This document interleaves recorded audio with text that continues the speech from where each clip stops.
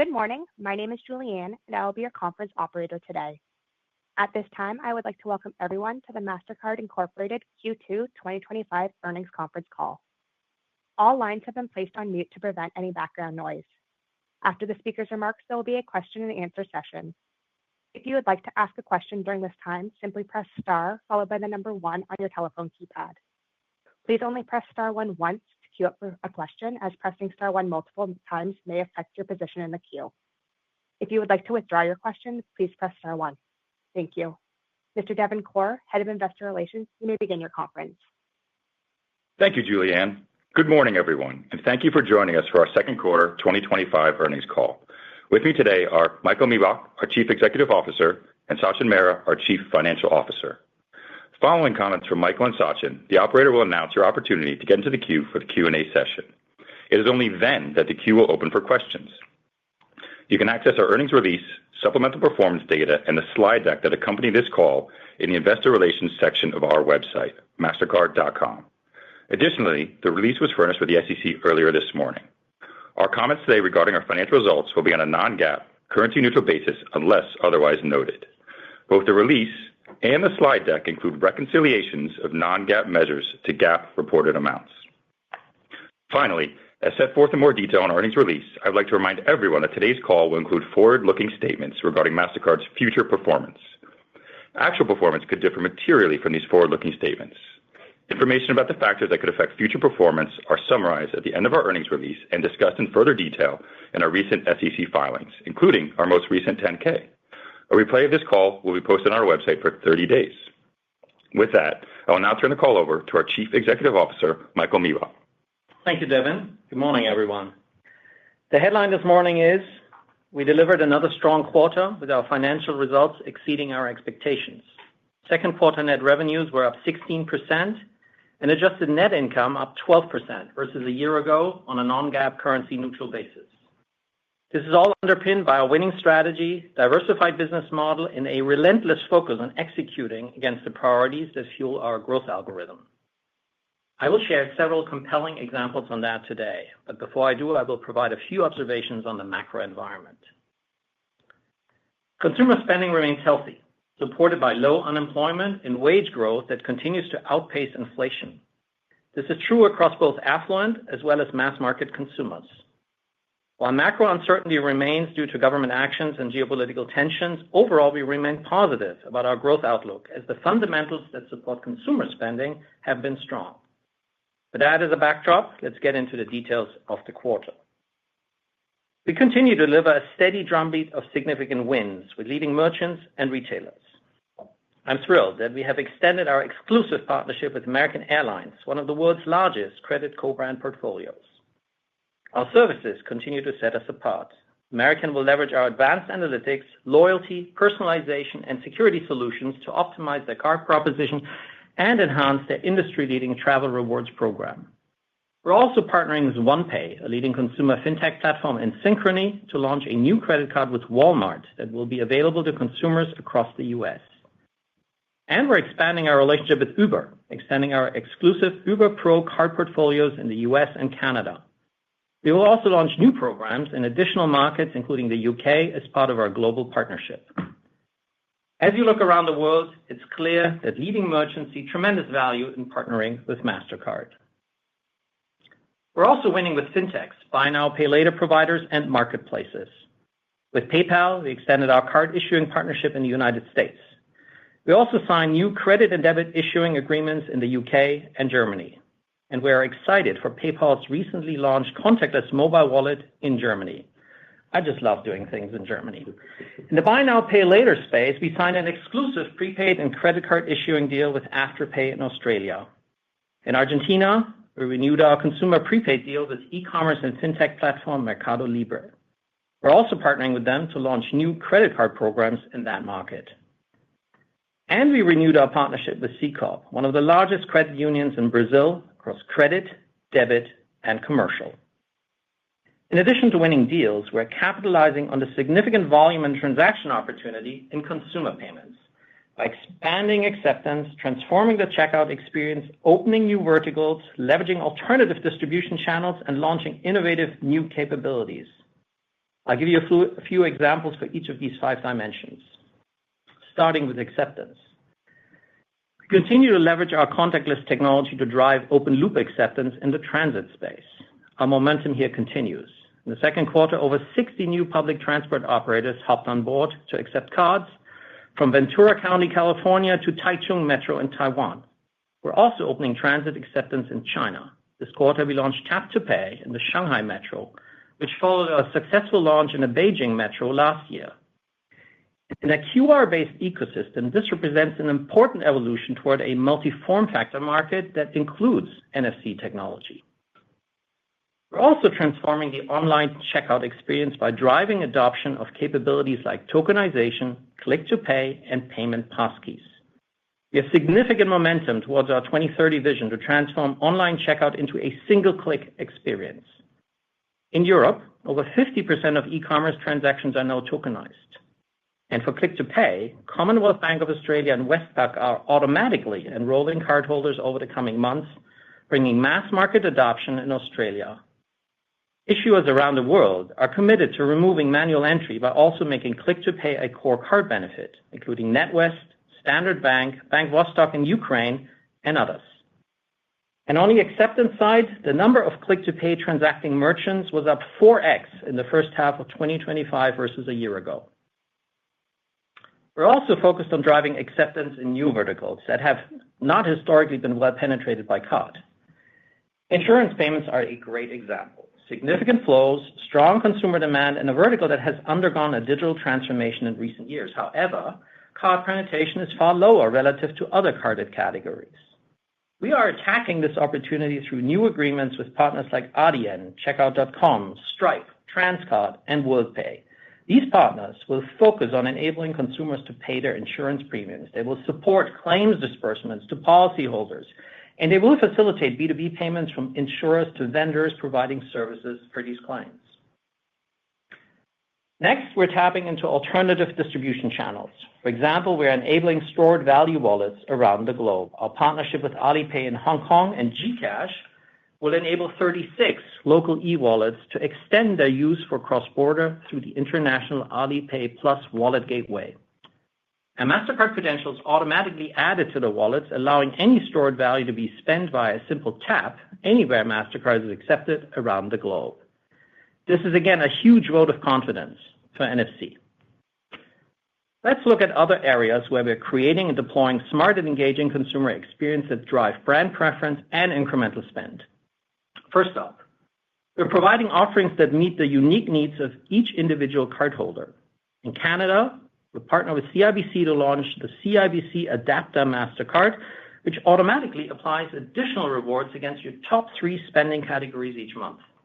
It also includes our innovative touch card functionality, which allows cardholders, including the visually impaired, to easily distinguish the card from others in their wallet. Next, affluent cardholders. On average, they spend over 2 times more per card and up to 3 times more on cross-border.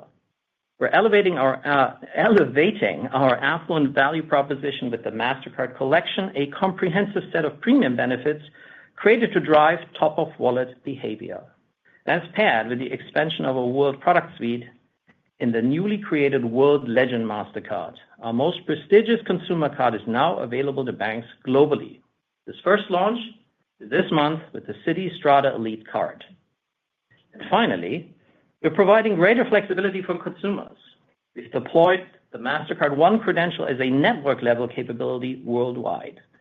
It enables issuers to offer a single digitally connected credential to give consumers flexibility as to how they want to pay: debit, credit, prepaid, installments, or stablecoin, all through their banking app.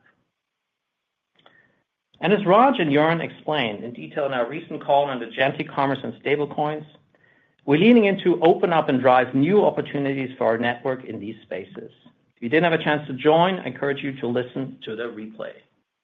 Today, I reinforce a few key points. First, agentic commerce. We see this as an exciting opportunity across consumer and commercial flows to shop with merchants easily and securely. We're scaling Agent Pay globally, leveraging our capabilities to extend the trust of the Mastercard brand. It enables us to support a new way for consumers to transact. It gives us yet another capability that sets us apart from domestic and alternative payment systems. And it provides a way for us to drive switching and sell more services. And as to stablecoins, we see it as another currency. We also see it as additive to the network, with opportunities for us to provide the on and off ramps from fiat to stablecoin, to partner with FIs and wallets, to bring interoperability, bring relevant services, bring global reach, and trust to the specific use cases. With new technologies, we always embrace innovation. We offer choice and extended network to new partners, and we're doing the same thing here. We will bring our reach, ubiquity, and trust to agentic commerce and stablecoins, and will provide an environment for our partners to innovate upon. That is the Mastercard way. Now turning to commercial payments. We're driving growth by launching differentiated capabilities, scaling our industry-leading virtual card solutions, and expanding small business card distribution through new and expanded partnerships. In terms of new capabilities, the Small Business Navigator provides U.S. entrepreneurs access to cybersecurity solutions, insights and analytics, and partner tools to support more efficient and effective operations. Through the platform, Fiserv's Clover is partnering with us to offer SMEs discounted point-of-sale capabilities, and Square is providing tailored educational programs to help small business thrive. In the fleet space, several leading U.S. issuers, including Corpay, are deploying our new capability to integrate fleet cards into digital wallets. For the first time, fleet managers can now instantly issue and manage digital cards, while drivers will be prompted to provide key data like odometer readings when they tap to pay at the pump. When it comes to invoice payments, we continue to scale our proprietary virtual card technology by making it easier for issuers and technology platforms to integrate our capabilities. We are now live with 8 leading B2B platforms, including Coupa, Cvent, GEP, HRS, Navan, Oracle Fusion Cloud ERP, and SAP Taulia, several more in implementation. On the supplier side, our receivables manager platform is now available globally. It's being deployed through partners like Eleven, Run Payments, and EasyPay to streamline virtual card acceptance and payment reconciliation. We're also driving small business and card distribution through a series of new and expanded issuer and marketplace partnerships. We've enhanced our exclusive relationship with Payoneer through a suite of services designed to accelerate growth of their small business customers across Europe. And they're partnering with e-commerce marketplaces like Box Commerce, who will distribute prepaid business cards to their merchants so that they can make and receive payments on cards across several countries in Africa. Shifting to disbursements. We continue to see strong growth in our Mastercard Move capabilities, with year-over-year transaction growth of over 35% in Q2. We're focused on penetrating a wide range of new and existing use cases. For example, in the disbursement space, we've partnered with Jack Henry to distribute Mastercard Move to thousands of community banks through their rapid transfer solution.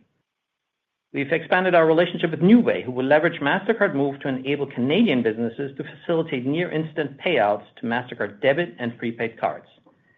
And staying in Canada, BMO Canada is expanding the use of our cross-border services in about 20 additional corridors. Moving to our third strategic pillar, value-add services and solutions. We continue to leverage the power of our data and product capabilities to differentiate payments and capture adjacent revenue opportunities.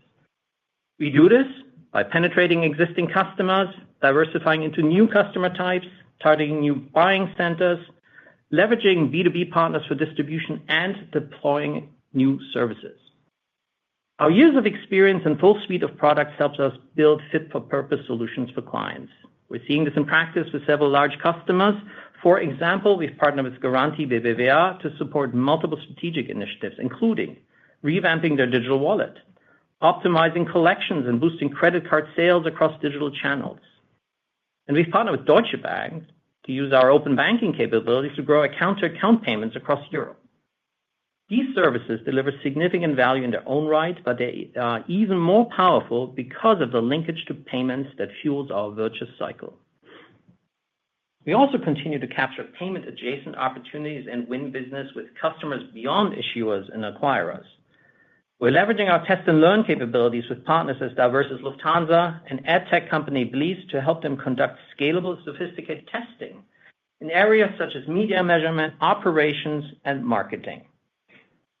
Our range of capabilities also enables us to expand into new buying centers with existing customers. For example, the credit risk team at Stone, one of the largest acquirers in Brazil, plans to leverage our small business credit analytics product to enhance the accuracy of its credit offerings to SME clients. We're also leveraging B2B channel partners to distribute our services at scale. SolidGate, a payment processing platform in EMEA used by merchants over 150 countries, will use identity insights for transactions to help reduce fraud and increase acceptance. Finally, we continue to develop new services. We just announced Mastercard Account-to-Account Protect, which will combine our cutting-edge fraud prevention technology with a new dispute resolution framework to safeguard consumers when making account-to-account payments. Deploying services like this across account-to-account rails is a major step forward as it helps us grow our addressable market, while also further protecting our customers and the ecosystem. We're starting with customers in the UK, including NatWest, Santander, and Monzo, to bring this to global account overlay to other markets later this year. We remain enthusiastic about our future growth potential for services. Our breadth of data, network of partners, unique product capabilities, strong customer relationships, and our incredible talent will help us to continue to differentiate and provide us with substantial runway for growth. So with that was a lot. I will wrap it up. In summary, we delivered another very strong quarter despite an uncertain backdrop. There is significant opportunity ahead. The fundamentals of our business are strong. Our proven growth algorithm and differentiated solutions position us to deliver and win, as we have demonstrated time and time again. Sachin, over to you. Thanks, Michael. Turning to page 3, which shows our financial performance for the second quarter on a currency-neutral basis, excluding where applicable, special items, and the impact of gains and losses on our equity investments. Net revenue was up 16%, reflecting continued growth in our payment network and value-added services and solutions. Acquisitions contributed 1 PPT to this growth. This growth was ahead of expectations, primarily driven by higher-than-expected revenue from FX volatility. Operating expenses increased 14%, including a 4 PPT increase from acquisitions. And operating income was up 17%, which includes a 1 PPT headwind from acquisitions. Net income and EPS increased 12% and 14% respectively, driven primarily by the strong operating income growth, partially offset by a higher effective tax rate due to the impact of the global minimum tax rules, which came into effect at the start of this year. EPS was $4.15, which includes a 9-cent contribution from share repurchases. During the quarter, we repurchased $2.3 billion worth of stock and an additional $1 billion through July 28, 2025. Now, turning to page 4, let's first look at some of our key volume drivers for the second quarter on a local currency basis. Worldwide gross dollar volume, or GDV, increased by 9% year over year. In the U.S., GDV increased by 6%, with credit growth of 6% and debit growth of 7%. This growth was impacted by the lapping of the Citizens debit portfolio migration to Mastercard, which commenced in Q1 2024.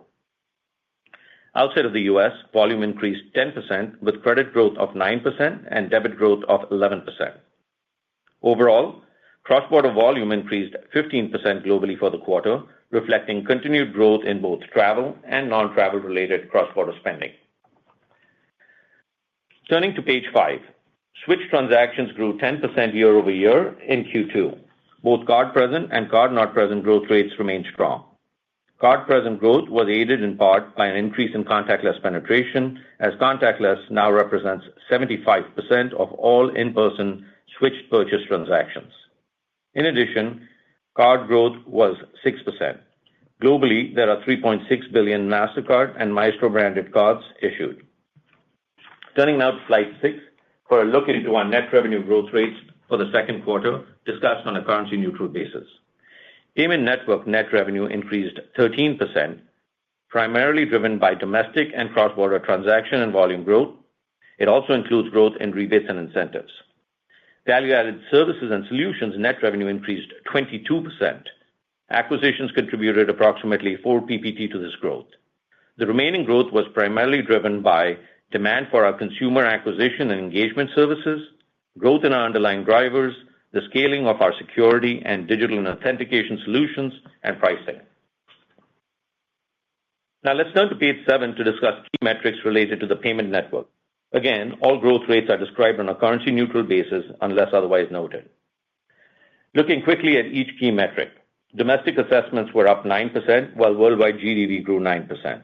Cross-border assessments increased 15%, with cross-border volumes also increasing 15%. Pricing in international markets was primarily offset by mix, as lower-yielding intra-Europe cross-border volumes grew faster than higher-yielding ex-intra-Europe cross-border volumes this quarter. Transaction processing assessments were up 18%, while switch transactions grew 10%. The 8 PPT difference is primarily due to revenue related to FX volatility and favorable mix. Other network assessments were $260 million this quarter. Moving on to page 8, you can see that on a non-GAAP currency-neutral basis, excluding special items, total adjusted operating expenses increased 14%, which includes a 4 PPT impact from acquisitions. Excluding acquisitions, the growth of total adjusted operating expenses was primarily driven by increased spending to support various strategic initiatives, including hardening of our technology infrastructure, diversifying our geographic footprint to further capture the secular trend, enhancing our products, and delivering our services. Turning to page 9, let me comment on the operating metric trends. Overall, we continue to see healthy consumer and business spending, and metrics were generally in line with our expectations. Starting with Q2, I will discuss the operating metrics on a sequential basis, adjusting for the leap year and the timing of Easter and other holidays. Switched volume growth was impacted by a number of smaller factors, including tougher comps primarily due to the lapping of portfolios won in 2024, the timing of Social Security payments and the mix of calendar days, and lower gas prices. Switch transaction growth remained relatively stable. As it relates to cross-border, underlying growth remained strong. Let's double-click on cross-border travel growth. As mentioned in our last earnings call, we saw some moderation in select Middle East and Africa markets, primarily due to tougher comps, enforcement of Mastercard rules, and a ratcheting up of geopolitical conflict late in the quarter. We also saw some lapping of portfolios won in 2024. Cross-border card-not-present ex-travel growth remained strong. Now, looking at the first 4 weeks of July, switch volume, switch transaction, and cross-border card-not-present ex-travel growth remained stable. For cross-border travel growth, the sequential decrease is primarily driven by the timing of Easter, as well as the continuation of the impacts I mentioned earlier. With all of that being said, our overall cross-border volumes continue to grow well in the mid-teens range. This is supported by strong underlying consumer spending and a diversified portfolio across geographies and travel and non-travel spend. Turning now to page 10, I wanted to share our thoughts for the remainder of the year. The headline is that our business remains strong and consumer spending remains healthy. The macroeconomic environment has been supportive, with low unemployment rates and, for the most part, wage growth continuing to outpace the rate of inflation. That said, ongoing geopolitical and economic uncertainty remains. With global policy shifts ongoing, we remain agile, monitoring developments, and we stand ready to adjust as needed. In this period of heightened uncertainty, what remains clear is that we have a well-diversified business across geographies, products and services, and discretionary and non-discretionary spend categories. And we remain laser-focused on the execution of our strategy, as Michael said, while maintaining a disciplined capital planning approach. Now, turning to our expectations for the full year 2025. Our base case for the remainder of the year assumes continued healthy consumer and business spending. Given the strong first-half results, we are tightening the full-year net revenue outlook range to the high end of the range we shared with you at the time of our Q1 earnings. We now expect net revenues to grow at the low teens range on a currency-neutral basis, excluding acquisitions. Acquisitions are expected to add 1 to 1.5 PPT to this growth for the year, while we now estimate a tailwind of 1 to 2 PPT from foreign exchange. From an operating expense standpoint, we continue to expect growth to be at the low end of a low double digits range versus a year ago on a currency-neutral basis, excluding acquisitions and special items. Acquisitions are forecasted to increase the OPEX growth rate for the year by 4 to 5 PPT. while we expect a headwind of 0 to 1 PPT from foreign exchange.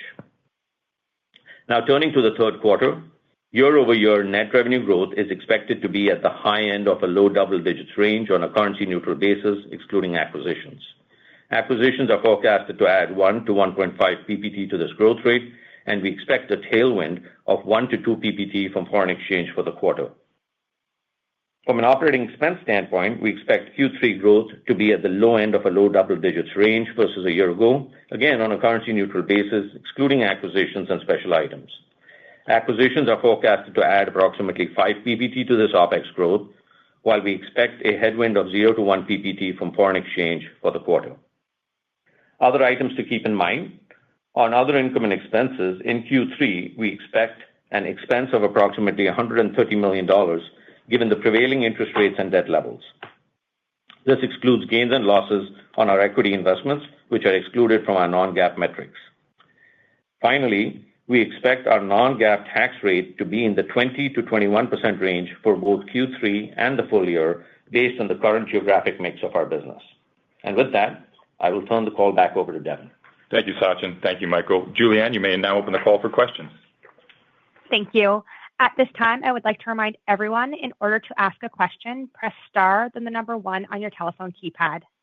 Please only press star 1 once to queue up for a question, as pressing star 1 multiple times may affect your position in the queue. Our first question comes from Sanjay Sakhrani from KBW. Please go ahead. Your line is open. Thank you. Good morning. Sachin, you mentioned the lapping of portfolios, obviously Citizens in the first quarter.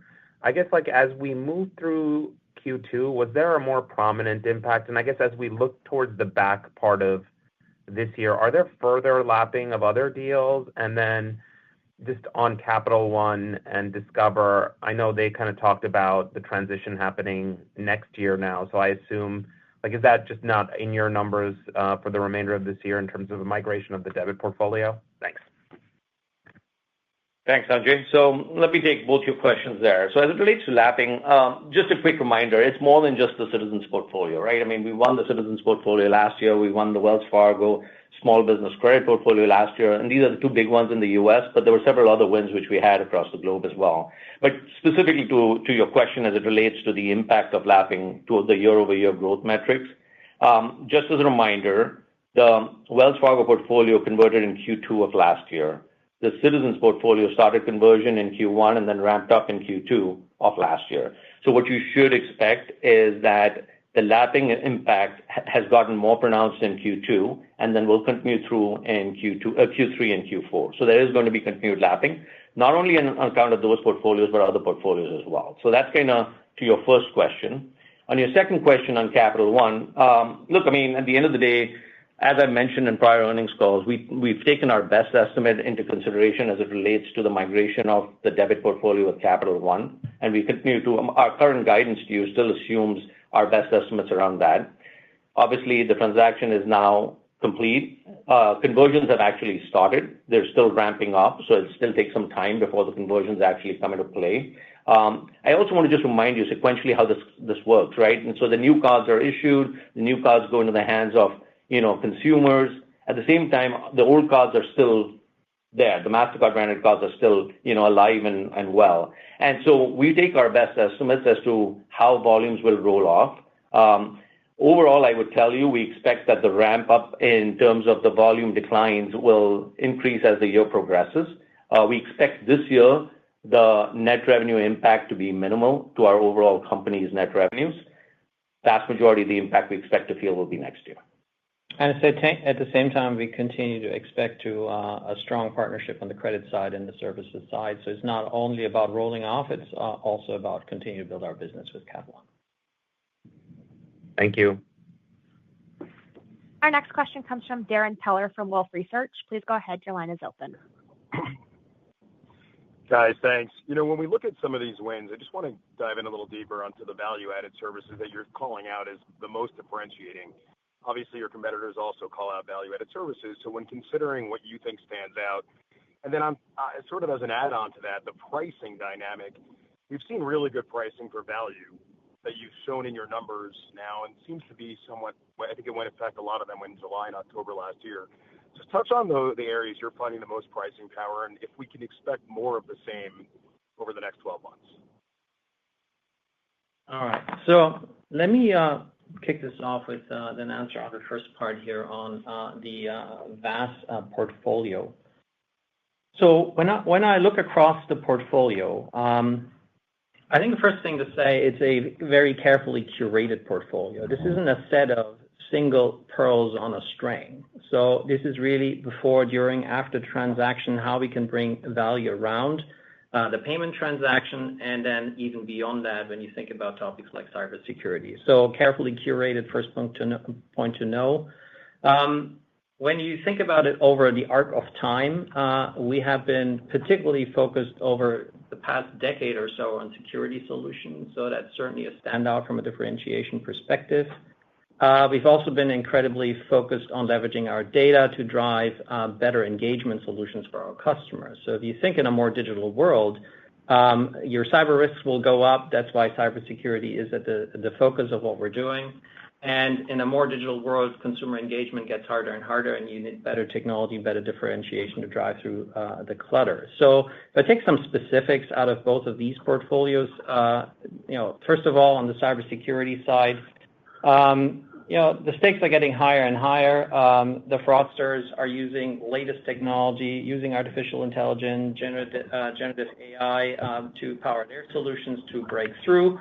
On the fraud side, on the cybersecurity side, we're doing exactly the same. So I mentioned this in previous calls. Decision Intelligence Pro is leveraging data out of all sources of the internet, putting it through a generative AI engine for us predicting fraud. So instead of preventing fraud, we're going to predicting fraud, which is the latest stage of this kind of game. And this is clear identifiable value for our customers that are very happy to pay for.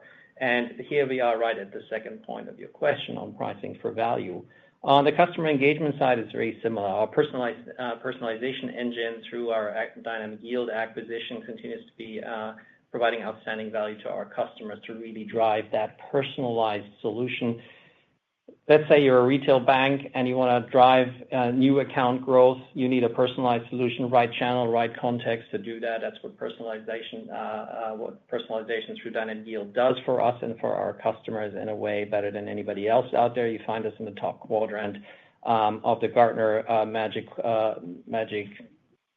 What is that called? Quadrant thing, whatever, the top quadrant.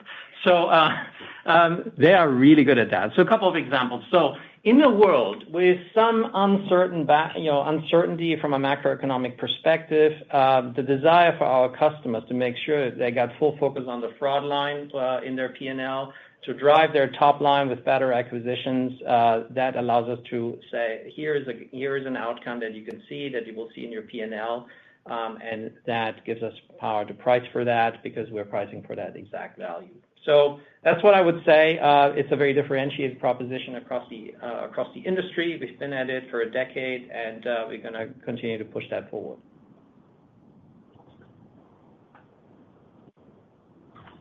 Our next question comes from Harshita Rawat from Bernstein. Please go ahead. Your line is open.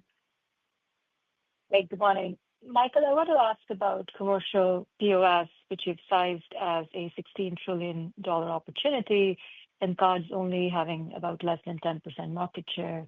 You have a very good business in the U.S., and I know you talked about this in your prepared remarks for a little bit, but maybe expand upon how you're taking this business international and the momentum you may be seeing there.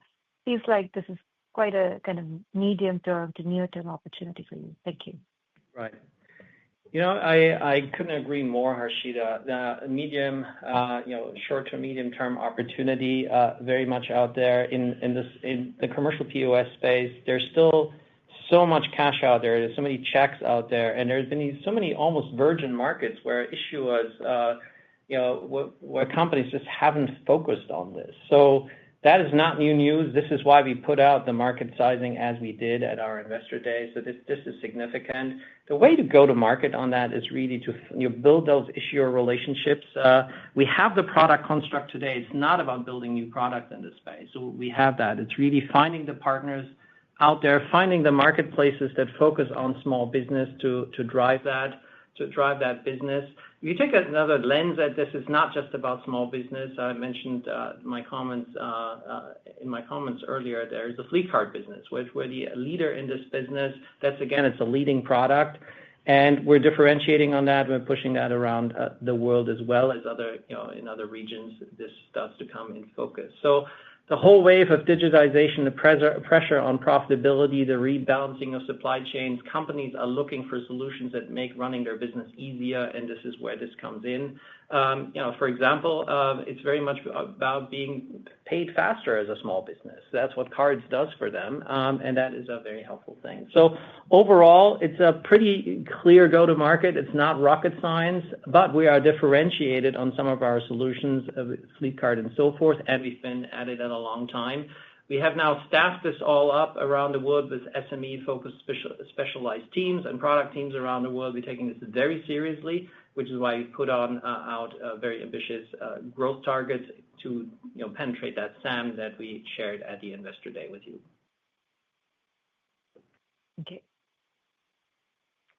Our next question comes from Tien-Tsin Huang from JP Morgan. Please go ahead. Your line is open. Hi, nice results here. Just on the upside in the quarter on revenue, it sounds like it came from FX volatility and strength in value-added services. Just wanted to confirm that and understand what's performing better than expected, given pretty steady spend trends. And then quickly for Michael, if you don't mind, just any update on performance of Recorded Future? Any surprises there half a year in? Thanks. Yeah, Tien-Tsin, I'll take the first part of your question. You nailed it. It's the upside in Q2 was primarily driven by FX volatility. We had solid performance across the business. I don't want to make this only about FX volatility. Right at the end of the day, right, our payment network net revenues just performed. Our drivers continue to perform. There's strong consumer and business spending taking place. Our value-added service and solutions continue to perform. So all of that kind of is the bedrock, which allows for the strong performance overall. But the delta, which you're talking about in terms of potential upside, came through primarily from higher FX volatility. Now, I will say on FX volatility, that was in the early part of the quarter. That was mostly in April, a little bit in May in terms of the higher levels. It has come back to what would be the historical levels of FX volatility. So God alone knows where that's going to go for the rest of the year, but that's really what's driving that. And on Recorded Future, if I can just remind everybody, thank you for the question, Tien-Tsin.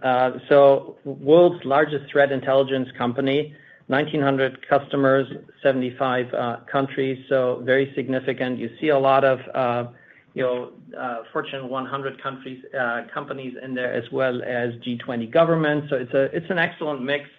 Based out of Boston, we love them. Pre our acquisition, we had a partnership with them on a couple of products. We launched a few things there. Now we are in post-acquisition stage. So we've hit the ground running. It is still very early days, obviously, but we're already putting out more products with them. Malware intelligence is one that I called out in the last quarter around this. And, the beauty here is they have a lot of data, which they get from all sources of the internet, as I mentioned earlier. At the same time, we have a lot of data. The combination of that is the magic sauce here. The effectiveness of us to help our customers predict, to understand targeted threats. If you are a company and you're trying to defend against cybersecurity and you're doing this in a very broad fashion that is very expensive, what Recorded Future, what Mastercard is now helping our customer with is identifying where the threat vectors actually are. So you can be much more targeted in your response. That is, first of all, more effective from reducing cybersecurity risk. At the same time, it's more effective from a cost perspective. So that's a really winning proposition. We're excited about that. The teams are putting these, are very busy on the product side to put this out. At the same time, there's obvious synergies of Mastercard's reach with our clients to take these differentiated products and take them to the market. At the same time, we have a whole set of security solutions that we can sell, and we want to sell, and we will sell into the 1,900 customers and the new customers that they will gain. So this is a very natural extension of our multi-layered security solution strategy to go into threat intelligence, which is now the state of the art. Thank you. Our next question comes from Trevor Williams from Jefferies. Please go ahead. Your line is open. Great. Thank you. On cross-border volume, Sachin, I heard the call-outs on the Middle East and the portfolio lappings, but outside of Q4 last year, cross-border's been consistently slowing. I mean, you're at, I think, 12% ex-intra-Europe growth in July. With the mix you have today between travel and e-commerce, I'm just curious kind of what you guys view as the right normal level of growth for each of those two buckets and then for the overall. So I'm just trying to get at kind of if we assume a stable macro, what you guys think the floor should be for cross-border volume growth. Thanks. Yeah, Trevor. So look, I mean, we do not put out long-term guidance as it relates to cross-border. But what I will share with you is the following, which is let's just step back and think about our cross-border portfolio and think about the fact that it is not concentrated to any single corridor. Last earnings call, I kind of shared with all of you that there is no single cross-border corridor pair which represented greater than 3% of cross-border volume in 2024. So there's a high degree of diversification which we've got. So we're not necessarily susceptible to big swings in any one jurisdiction, but it's important to note that this diversification is by design as opposed to happenstance. Point number one. Number two, the base proposition of cross-border is something which is very valued by consumers even today, and consumers as well as businesses. And so that continues to grow pretty well. Number three, there's great diversification which is there between travel and non-travel.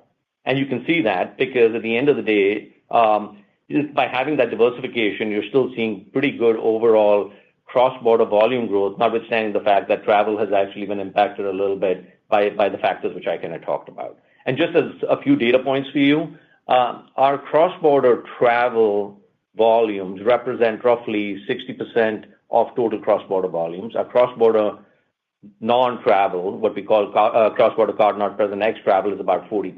So it's pretty good and well diversified. And you can see the card not present ex-travel cross-border is growing at roughly about 20% there. So my overall kind of message to you is high level of diversification, strong value prop, and the business continues to perform well. And you know what? The reality is I can't really tell you as to where this is, but it has been growing at a rate faster than our overall growth rates for GDP. You've seen that come through. And that's really where I feel like, we are best positioned to continue to capitalize. Our company remains very focused, not only to win the right portfolios, but to drive the best optimization of our existing portfolios. And that's what we'll continue to do. Our next question comes from Dave Koning from Baird. Please go ahead. Your line is open. Yeah. Hey, guys. Thank you. Maybe on client incentives, one thing we just noticed for many years, client incentives grew faster than revenue, but the last 3 quarters, they've actually been growing the same or even a little slower in some cases. I'm wondering, is this a new trend or maybe how should we think about this and what's happening? Sure. So Dave, here's what I'd say. I would say that as part of our last call, I had mentioned that we expected the cadence of our rebates and incentives as a percentage of our payment network assessments to start to pick up in the second half of the year. And so if I would tell you sequentially, I would tell you that in Q3, we expect rebates and incentives as a percentage of our payment network assessments to be sequentially higher compared to Q2. The point really is the market is still a very competitive market. We continue to be very active in that market. We have a very strong pipeline of deals. Nothing has changed as far as I'm concerned in terms of how we're approaching the market and what we're doing in terms of trying to win the right portfolios. And I'll emphasize this is not about winning every portfolio. This is about winning the right portfolios. A little bit of what you're also seeing in the contra ratio, the rebates and incentives ratio we're talking about in the second quarter is being driven by the fact that the denominator, which is our payment network assessments, has been impacted or has been helped by higher FX volatility levels. So when you take those ratios into consideration, you got to factor that in as you think about what this looks like on a going forward basis. Yep. Thank you. Sure. Our next question comes from Will Nance from Goldman Sachs. Please go ahead. Your line is open. Hey, guys. Good morning. Appreciate you taking the question. I wanted to ask about some of the consumer data fees that some of the large banks are talking about applying. I guess specifically, how are you thinking about the impact of those fees on Finicity? And then big picture, as a consumer who relies on a lot of these services that use Finicity and other vendors to aggregate the data, how am I and other consumers better off from the banks kind of charging you and other data providers for access to their data? Thanks. Well, this is a great question. Important topic. You've heard us talk about open finance for years, even before the acquisition of Finicity. So this whole idea that a consumer can use their data footprint to avail better services in the finance space, and you go from open finance to open data in any other space. I think it's a good notion, and that generally resonates and will not go away. You see this, see it in Europe, where we're very active in the open banking, open finance space, in Australia, and here in the U.S. So this more recent conversation, I mean, we've all seen, we see the coverage on this. We don't really have full visibility here on what is being specifically considered by a number of banks. I can tell you, Chase and other banks are fantastic partners of ours, so that's for sure true. So we'll have to see where this goes. Our fundamental belief that consumer consented data and their ability to share that is very important, and that will be a winning proposition over time. Various economic considerations out there that are being discussed in the coverage, that will have to be figured out, but it's not something that we have been engaged in at this point. So we'll see. We have to work it through. Fundamentally an important space, and you should be able to do exactly what you just said, Will. Got it. Appreciate you taking the question, Michael. Our next question comes from Rayna Kumar from Oppenheimer. Please go ahead. Your line is open. Good morning. Thanks for taking my question. Just based off of some of my recent channel checks, it looks like that Pix in Brazil is being used by almost everyone there.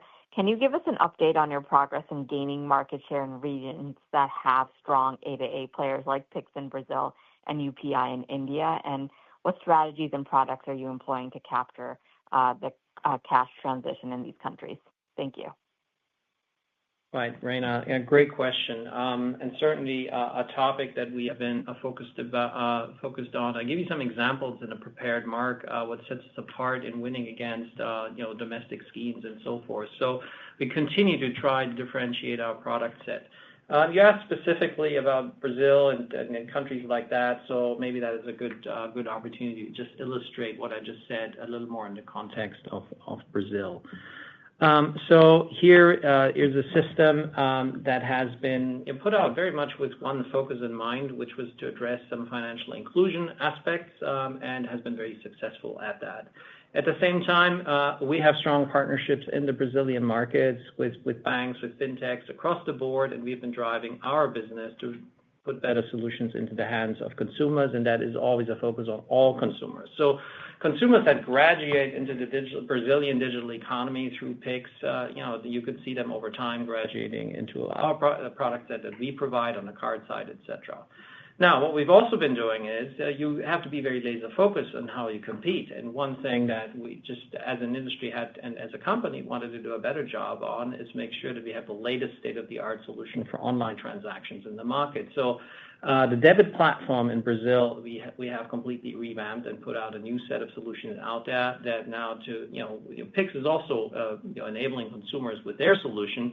And we wanted to make sure that we have a competitive product, which we now have in the hands of the banks in Brazil. So that continues. Pix is innovating on various other things, buy now, pay later, and so forth, and so are we. There's an excellent solution out there in the market already on installment payments. So that is very competitive as far as we can tell. There's recurring payment solutions that Pix is considering, and that's great, and we're seeing the benefit in that, and we have for a long time. And there's a very strong proposition, particularly on credit cards that are on file in the market, which allows us to win and continue to drive this business. The business continues to see very healthy growth rates for us in Brazil. So from that perspective, I think it's just our general approach: provide choice, partner wherever we can, compete effectively in the market. So that's the game, and it's a similar game in India on UPI. We always look to partner wherever we can, and otherwise have a good solution out there for our partners. So I see tremendous opportunity in the overall growth. This is a very effective digital economy in Brazil that continues to grow at strong rates, and we're a big player there. Our next question comes from Craig Moore from FT Partners. Please go ahead. Your line is open. Yeah, hi, good morning. Thanks for taking the questions. Question, quick one on Pillar Two. The administration's been talking about reaching deals with certain countries to eliminate the Pillar Two issues for U.S. companies. Any thoughts on that would be helpful. If we can go back to your digital identity and auth solutions, it's our view that financial services, due to the high regulatory requirements in the space, will be leaders in this category. Can you talk about what segments you're seeing the most growth or most demand from? We hear a lot about crypto companies requiring digital auth solutions and others, so digital identity solutions. So if you can comment a little there, that would be great. Yeah, Craig, why don't I take your question on Pillar Two first? So, look, we've seen the same news you're seeing as it relates to some dialogue around potentially having an exception for U.S.-based multinationals from the impact of Pillar Two. The reality is there's a lot of work still to be done between where we are today to that being realized. And let me just spend 2 minutes on this, right? At the end of the day, the way it works is if there are going to be any changes in terms of having any exceptions for U.S.-based companies from Pillar Two, that's got to happen not only in the nature of the OECD countries agreeing upon it, but every individual country which has enacted legislation already to implement Pillar Two has to now reverse the impact of that legislation. So this is really, really important because the reality is there's work between when the announcement's made, when there's clarity given as to how it's going to be implemented, to the actual implementation of that. So I guess the best way to describe this is there's been local legislation, let's say, passed in Singapore, which would say that we as a company now pay a 15% tax rate in Singapore, right? Earlier, we had an incentivized tax rate out there. We now pay, starting 2025, a 15% tax rate there. There has to be a change in legislation locally to take place to reflect what you just alluded to in the nature of this exception for U.S. multinational countries. That being said, it's not only about Singapore. It's also about other countries who have actually put in this legislation who have to change it because there was a component of Pillar Two, which is called UTPR, which basically entitled other countries in the chain to collect taxes to the extent that they were not topped up to 15% as a result of a particular jurisdiction. So, for example, if Singapore changed its legislation and took the tax rate down again, that doesn't mean we'll get the benefit of the lower tax rate. It's because all the other countries are now entitled to true up the gap between what Singapore's rate is and the 15% rate is. So all of those countries have to reverse that legislation before we start to see the impact of that come through. Complicated topic. Happy to talk in more detail if you'd like afterwards. Good. And on ID, this is if you think about a tech stack and elements of the tech stack for the digital economy. So we look at this and say we're powering the digital economy, we're powering digital commerce, and digital identity is a fundamental element of what needs to happen in that kind of world. So who's behind the transaction? Who is at the other end of the transaction? And that is not just about payments, exactly to your question. This is about onboarding on anything. It could be a merchant onboarding a consumer. Today, this thing, I'm going to send you an email and you confirm that. That is not identifying your consumer. All things can go wrong on that. So digital identity, proper digital identity is really critical. Now, the game of digital identity is getting harder and harder with technology. I was talking earlier about cybersecurity risk and so forth. So the stakes are increasing and you got to get better at it. The good thing is we've been at this for a long time. And this is initially around Mastercard payments and transactions, but we have very specific examples out there. For example, you heard us talk about in the open banking space, are we taking a digital identity solution and coupling that with open banking connectivity to make it clear that data can actually be safe exchanged in a very safe fashion. I gave you one of my favorite use cases in this, and this is MLB, Major League Baseball. So if you want to vote for the All-Star game what is happening is that our identity solutions behind it. This is actually you voting and not your brother and your cousin and so forth. So there's a whole wide range of use cases that go way away from our core business into a whole new set of new cases. So it's really an enabler of the overall digital economy. And you see us, if you draw concentric circles around the payment transaction being in the center, we try to play further and further out to be truly powering the digital economy. Our next question comes from Nate Svensson from Deutsche Bank. Please go ahead. Your line is open. Hi, good morning. Thanks for the question. I wanted to ask on the U.S. consumer here. So on the month-to-date trends, the step up in volume growth in the U.S. stood out to us relatively stable versus 2Q, but a step up from 4% in June to 8% in July. I was hoping you could dig a little more into the trends you're seeing there. Could be a days mix thing, online promotional activity, but wondering if there's anything else under the hood you're seeing that might explain the acceleration. And then I know you called out stability in mass market versus affluent consumers, but any verticals or areas of spend where trends have evolved here? Okay, sure, Nate. So when I take your question, so the impact on that 4% you're seeing in June is being driven by the mix of calendar days as well as the timing of Social Security payments, which is something just between which actually varies between June and July. That being said, I will say what we're seeing in the first 4 weeks of July is strength in the U.S. consumer. I mean, there's no hiding from that, right? The reality is, and again, 4 weeks don't make the quarter. That's one thing which, we just got to keep an eye on. But right now, if I strip out the impact of this timing stuff, there's still underlying strength in the U.S. consumer that we're seeing come through. So I think you want to keep that in mind, and we'll track it closely. We do our best estimates in terms of the guide we provided you to capture what we're seeing in the nature of the latest trends. And that's what I would say as it relates to the U.S. consumer. On your second question on mass versus affluent, look, overall, what we're seeing is good spending across both mass and affluent. I mean, really, at the end of the day, we're not seeing, and again, I will be the first to preface that the data we have is our derived data. It's based on our product categories and our product codes, right? That's how we figure out what we think is mass and what is affluent. We obviously are not directly in touch with the consumer. That's our customers who are in touch with the consumer. But based on the data that we see, we're seeing pretty steady trends across both mass and affluent. I'll just add a tangential point here is these kind of questions we get all the time from our customers, from governments around the world. And we've built a really nice engagement practice through our advisors business and through the Mastercard Economics Institute to really these prevalent top of mind questions and what's the consumer doing here, what is this sector doing there, and so forth. It's been a really particularly important differentiator for us as we engage at the highest level on the strategic dialogue with customers, governments, etc.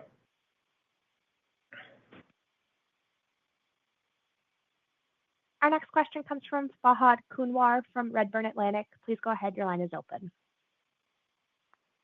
Hi, both, and thanks for the color on the call. I've had a question on pricing, actually.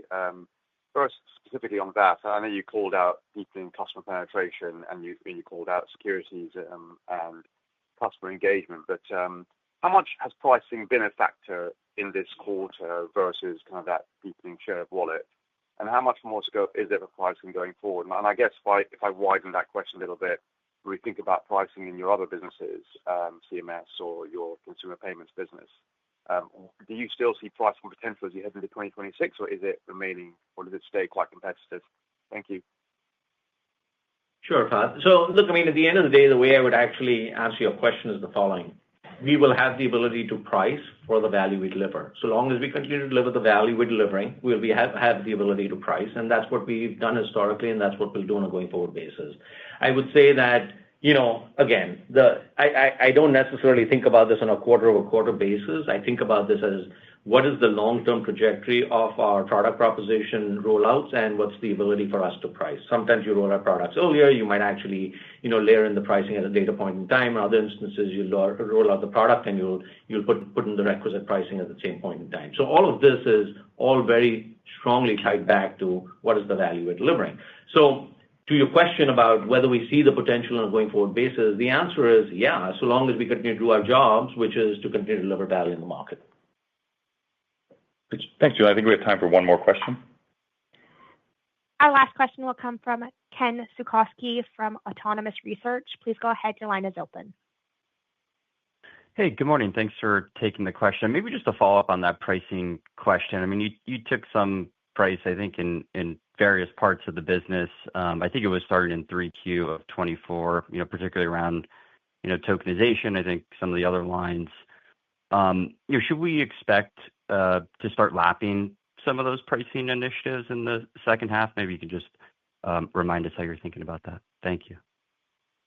Yeah, I would tell you, first of all, when you say we took price, we like to think about the fact that we delivered value in the third quarter of last year, which allowed us to actually price for the value we delivered. And to your question around lapping, I would say, yeah, sure. I mean, you would see the lapping effect of that particular value delivery, which took place, for which we priced, happen in the second half of this year. But again, think about this in the nature of what is the cadence of value we can continue to provide, which will help us to actually, bring in more value and more price for us to be able to actually continue to grow ourselves. So the reality is, look, you've got to think about this in the context of, when companies put out new products, when companies put out differentiated products, they have the ability to charge for the value they deliver. And I'd say that's what we'd continue to do on a going forward basis as well. Right. This is very true. So it's not about taking price, but providing value. And I think the key aspect is who we provide value to. We provide value to our existing customers, but when we talk about our go-to-market in services, when we talk our go-to-market for a whole set of payment solutions, it's about new customers, it's about new buying centers, it's about new markets. So our ability, where we take and create value, is there's a whole sea of opportunity out there. So for us, we continue to do that. That's how we build the business. So if you were asking your question thinking about it's just one wallet, that's not. So our share of wallet is the world is the whole global wallet, and we're going to drive value everywhere across the board. Makes sense. Thank you, Scott. All right. Let's close out the call. So thank you very much again for all those questions. Your continued support. Obviously, my opportunity to thank the 35,000 people here at Mastercard for driving this value all across, and leave you all with wishing you guys enjoying the rest of your summer. Thank you very much. Speak to you next quarter. This concludes today's conference call. You may now disconnect.